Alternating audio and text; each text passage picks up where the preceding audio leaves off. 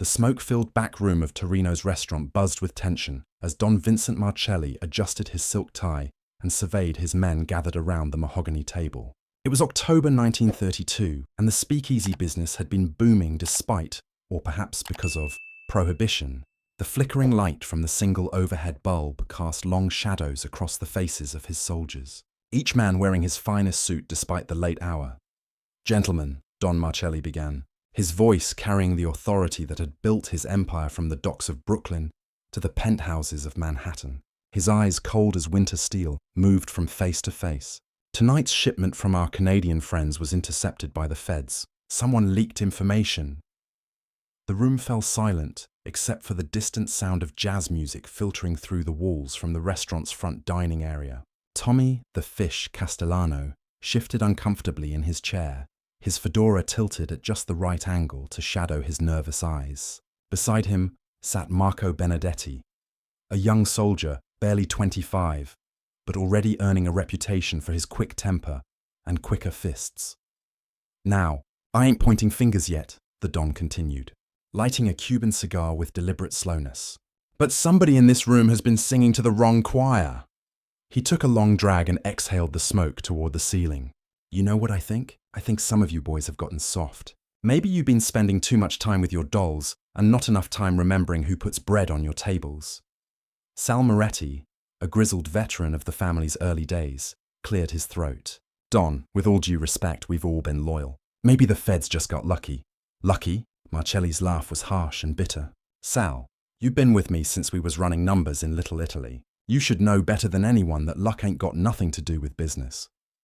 He stood and began pacing behind the table, his expensive Italian leather shoes clicking against the wooden floor. "No, this smells like betrayal.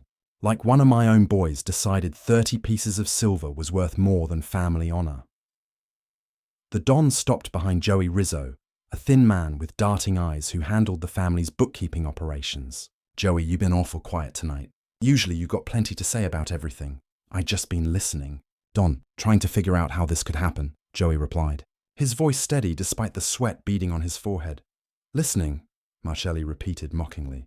"That's rich. You know what I think you've been listening to? I think you've been listening to federal agents promising you immunity if you roll over on your family." He leaned down close to Joey's ear. "Am I getting warm, little bird?" The accusation hung in the air like the cigar smoke, thick and suffocating. Several of the men shifted uneasily, while others kept their eyes fixed on the table's polished surface. This was how it always went when the Don suspected treachery. The psychological warfare would begin long before any blood was spilled. "You want to know what I did to the last rat in my organization?" Marcelli asked, returning to his seat at the head of the table. "I had him fitted for a pair of cement shoes and took him on a little boat ride. Real peaceful trip out to the harbor.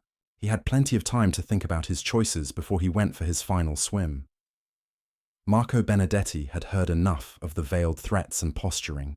The young soldier's jaw tightened as he watched the Don continue his psychological torture of men who had risked their lives countless times for the family. Something about the old man's theatrical cruelty tonight struck him wrong, especially when Marco knew that half these soldiers had families of their own to feed and protect. "Maybe instead of threatening everyone," Marco said quietly, "we should be looking at our security procedures, making sure our operations are tighter going forward." The temperature in the room seemed to drop 10 degrees instantly. Every eye turned toward the young soldier who had dared to speak up. Don Marcelli's cigar stopped halfway to his lips, and for a moment, the only sound was the distant wail of a saxophone from the restaurant's band. The old Don set down his cigar very carefully, as if it were made of the finest crystal. When he looked up at Marco, his expression had shifted from theatrical menace to something far more dangerous, genuine, surprised that someone had challenged his authority in front of the entire crew. The silence, stretched like a taut wire ready to snap. Don Marcelli's weathered hands, adorned with a gold pinky ring bearing the family crest, slowly moved to rest flat on the mahogany table. His knuckles, scarred from decades of enforcing respect on the streets of New York, pressed white against the dark wood. "What did you just say to me, boy?" The Don's voice had dropped to barely above a whisper, but every man in the room heard it clearly. The distant jazz music from the restaurant seemed to fade, as if even the musicians sensed the deadly tension building in the back room. Marco Benedetti felt his heart hammering against his ribs, but he'd crossed the line now, and there was no retreating. He straightened his shoulders and met the old man's glare directly. I said maybe we should focus on fixing our problems instead of playing guessing games about who's loyal and who ain't. A collective intake of breath rippled around the table. Tommy, the fish Castellano, actually slid his chair back slightly, as if expecting bullets to start flying at any moment. Sal Moretti, who had seen the Don's rage before, quietly moved his hand away from the table. Ready to duck for cover, Don Marcelli stood slowly, his chair scraping against the floor with an ominous screech. At 62 years old, Vincent Marcelli still cut an imposing figure. His broad shoulders filled out his tailored suit perfectly, and despite the grey threading through his slicked-back hair, his presence commanded the room like a force of nature. "Fixing our problems," he repeated, beginning to walk around the table toward Marco with measured steps.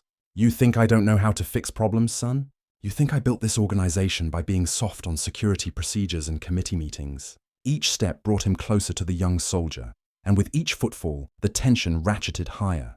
The other men tried to make themselves invisible, knowing that being present during one of the Don's legendary explosions was dangerous for everyone in the vicinity. "I've been running this family since before you was old enough to tie your shoes," Marcelli continued, his voice gaining volume and venom. "I survived the gang wars of the 20s. I outmaneuvered every other crew from here to Chicago. And I built an empire that puts more money in your pocket than you could make in 10 lifetimes working the docks." Marco remained seated, but turned to face the approaching Don. "And I respect that, Don Marcelli. All I'm saying is—" "All you're saying?" The Don's voice cracked like a whip. "All you're saying?" He slammed his fist down on the table with such force that glasses jumped and several men flinched.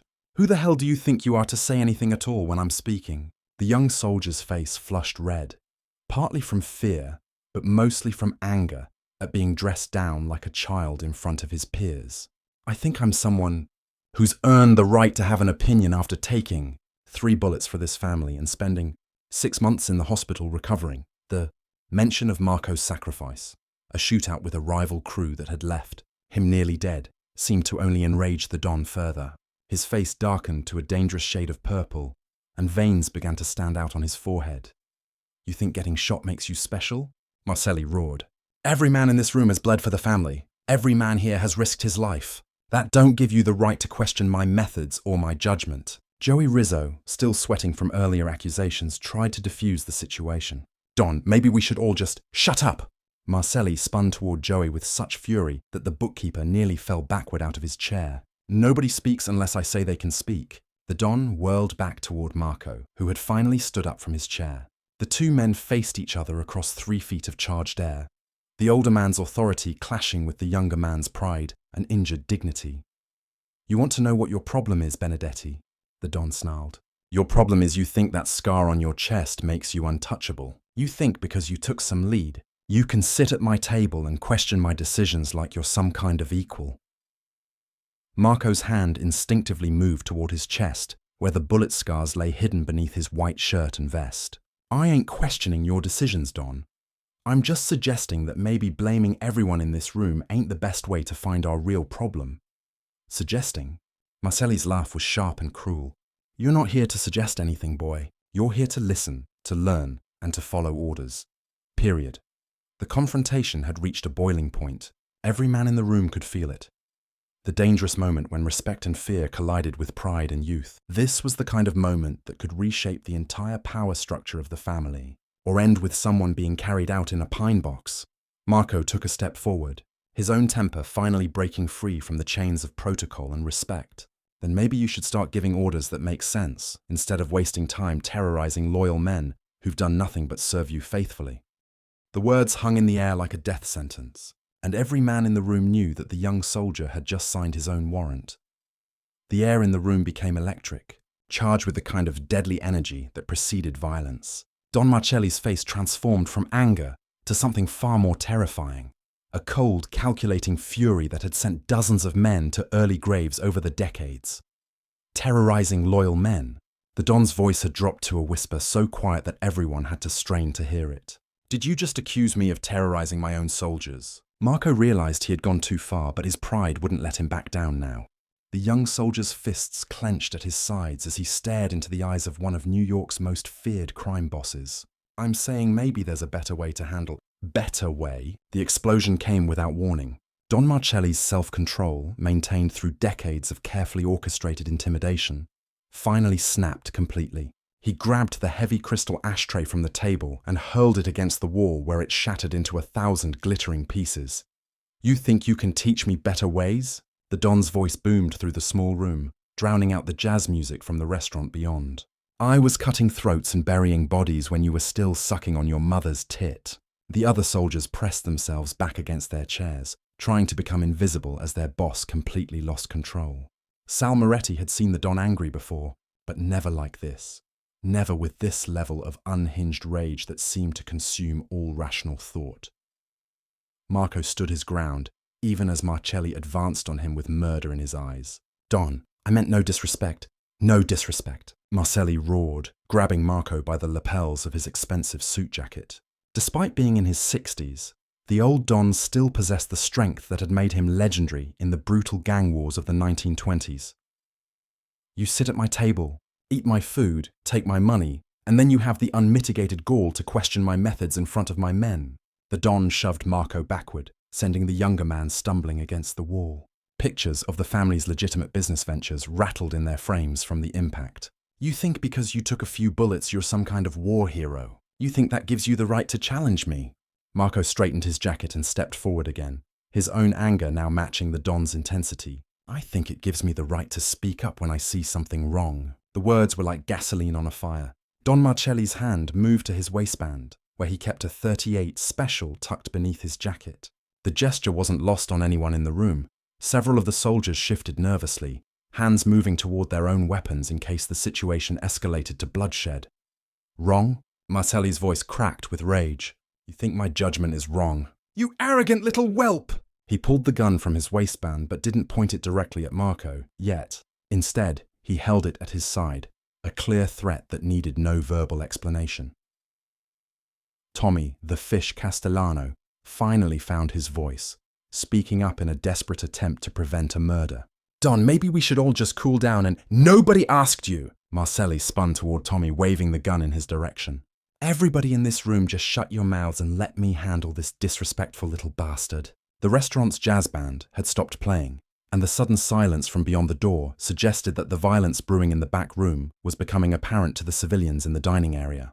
This was exactly the kind of public attention that the family couldn't afford, but the Don was beyond caring about such considerations. You want to know what's wrong, Benedetti? Marcelli turned back to Marco, his gun hand trembling with barely controlled fury. What's wrong is that I've been too soft on you young punks. What's wrong is that I let you think your opinions matter. What's wrong is that I forgot the most important rule of running a family. Fear and respect go hand in hand. Marco's face had gone pale, but he refused to back down or show the terror that was clawing at his chest. Fear without respect is just tyranny, Don, and tyrants don't last long in this business. The words hit Don Marcelli like a physical blow. His mouth fell open in shock at the young soldier's audacity, and for a moment, the room was so quiet that the ticking of the wall clock sounded like gunshots. Tyranny. The Don's voice was barely human now, more like the growl of a rabid animal. You just called me a tyrant. He raised the gun, pointing it directly at Marco's chest. Nobody calls Vincent Marcelli a tyrant and lives to tell about it. Several of the soldiers started to rise from their chairs, unsure whether to intervene or run for cover. The situation had spiraled completely out of control, transforming from a family meeting into a potential execution. Marco stared down the barrel of the gun, his life hanging by the thinnest of threads, knowing that his next words could be his last. The barrel of the .38 Special gleamed dully in the overhead light, steady as granite despite the fury consuming Don Marcelli. Marco Benedetti stared into that dark circle of metal, knowing he was seconds away from death, yet something deep inside him refused to beg or grovel. Go ahead, Marco said quietly, his voice surprisingly steady for a man facing execution. Pull that trigger. Show everyone in this room what kind of leader you really are. Show them how Vincent Marcelli handles disagreement. The Don's finger tightened on the trigger, his knuckles white with tension. Sweat beaded on his forehead despite the cool October evening, and his breathing had become rapid and shallow. You think I won't do it? You think I'm bluffing? I think you're scared. Marco replied, taking a step closer to the gun. The movement sent ripples of panic through the other soldiers, but the young man continued speaking with deadly calm. I think you're so scared of losing control that you'd rather murder a loyal soldier than admit you might be wrong about something. Sal Moretti could take no more of the insanity unfolding before him. The grizzled veteran rose from his chair slowly, his hands visible and empty. Don, please, think about what you're doing. Marco's a good soldier. He's family. Family? Marcelli screamed without taking his eyes off Marco. Family doesn't question the head of the family. Family doesn't show disrespect. Family doesn't call their Don a tyrant. Joey Rizzo, still pale from his earlier interrogation, found enough courage to speak up. Don, if you kill Marco here tonight, the cops are going to come asking questions. There's too many witnesses in the restaurant. Too much noise already. For a moment, practical considerations seemed to penetrate the red haze of Marcelli's rage. His eyes darted toward the door, where the sounds of the restaurant had indeed gone ominously quiet. Servers and patrons had undoubtedly heard the shouting, and in 1932 New York, gunshots in restaurants tended to attract unwanted police attention. But then, Marco made the fatal mistake of pressing his advantage. See, even your own men know this is crazy. Even they can see you've lost your mind. The comment about losing his mind struck Don Marcelli like a lightning bolt. In his world, respect and mental stability were everything. To suggest that he was losing his grip on reality was perhaps the most insulting thing anyone could say to a man who ruled through fear and calculated intimidation. Lost my mind. The Don's voice dropped to an icy whisper. I'll show you what a lost mind looks like. Without warning, he shifted his aim and fired. The gunshot exploded through the small room like thunder, deafening everyone present. But instead of shooting Marco, Marcelli had put a bullet into the wall just inches from the younger man's head. Plaster dust rained down as the echo of the shot reverberated through the building. Marco didn't flinch, though his ears were ringing from the blast. Missed, he said simply. I don't miss, Marcelli snarled. That was a warning. The next one goes between your eyes. The gunshot had definitely been heard throughout the restaurant. Within seconds, there were sounds of commotion from the dining area, chairs scraping, voices raised in alarm, and the unmistakable sound of people heading for the exits. The family's carefully maintained cover as a legitimate business establishment was crumbling. Tommy the fish tried once more to restore sanity to the situation. Don, we gotta get out of here. That gunshot's gonna bring the bulls running, and we can't afford that kind of heat right now. But Marcelli was beyond reasoning. The combination of public embarrassment, challenged authority, and wounded pride had pushed him past the point of rational thought. His entire identity was built on being feared and obeyed without question, and Marco's defiance had shattered that carefully constructed image in front of his most trusted soldiers. Nobody leaves this room until I'm done with this disrespectful little punk, the Don declared, waving his gun toward the other men. Anyone tries to walk out that door gets the same treatment he's about to get. The threat sent a chill through the gathered soldiers. They were witnessing the complete breakdown of their leader, watching decades of careful criminal leadership dissolve into murderous madness. Several of them began to realize that their own lives might be in danger if they didn't find a way to defuse the situation. Marco, perhaps sensing that he had pushed the Don beyond all hope of reconciliation, made one final attempt to reach whatever sanity remained in the older man. Don Marcelli, I've served you faithfully for 5 years. I've taken bullets for this family. I've never stolen from you, never betrayed you, never shown you anything but loyalty and respect. If you kill me tonight, you're not protecting your authority. You're destroying it. The words hung in the air like smoke from the discharged weapon. For just a moment, something flickered in the Don's eyes. A brief glimpse of the calculating criminal mastermind who had built an empire through cunning rather than blind rage. But then, the moment passed, and the madness returned with even greater intensity, loyalty and respect. Don Marcelli's laugh was the sound of breaking glass. You call what you did tonight loyalty? He steadied his gun hand, taking careful aim at Marco's heart. You humiliated me in front of my own men. That's treason. And treason has only one punishment. The distant wail of police sirens began to pierce the night air, growing steadily louder as they approached the restaurant. The gunshot had indeed attracted the attention of New York's finest, just as Joey Rizzo had predicted. But Don Marcelli seemed oblivious to the approaching danger, consumed entirely by his need to restore his damaged authority through violence. Sal Moretti made one desperate final plea. Vincent, listen to those sirens. We got maybe 2 minutes before this place is crawling with cops. You kill Marco now, we all go down for murder. Think about your wife, your kids. Think about the family business. For the first time since the confrontation began, uncertainty flickered across the Don's features. He had built his criminal empire through careful calculation and strategic thinking, not through impulsive violence. The approaching sirens represented everything he had spent decades avoiding. Police attention, public scrutiny, and the kind of heat that could bring down his entire organization.